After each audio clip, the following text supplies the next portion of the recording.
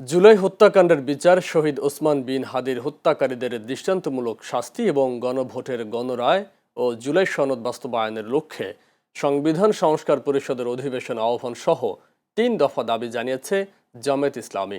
আজ জাতীয় প্রেস ক্লাবে জুলাই গণঅভ্যুত্থানের দ্বিতীয় বার্ষিকী উপলক্ষে মাসব্যাপী কর্মসূচির ঘোষণা উপলক্ষে আয়োজিত সংবাদ সম্মেলনে দলের সেক্রেটারি জেনারেল মিয়া গোলাম পরওয়ার এসব দাবি তুলে ধরেন। তিনি বলেন, জুলাইয়ের আত্মত্যাগের চেতনা বাস্তবায়নে বিচার, সংস্কার ও গণরায়ের প্রতিফলন নিশ্চিত করতে হবে।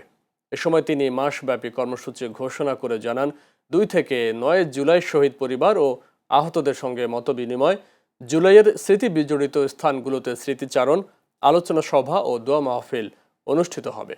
এছাড়া 16 জুলাই ঢাকায় আলোচনা সভা এবং 1 আগস্ট মহানগর, জেলা ও উপজেলা পর্যায়ে গণমিছিল করবে দলটি। কর্মসূচি ঘোষণা এবং জুলাই অভ্যুত্থানের দ্বিতীয় বার্ষিকীর উদ্বোধনের আমরা ঘোষণা করলাম। আগামী 2 তারিখ থেকে 9 জুলাই রাজধানী ঢাকায় জুলাই শহীদ, আহত ও পঙ্গু পরিবারের সঙ্গে মত বিনিময়,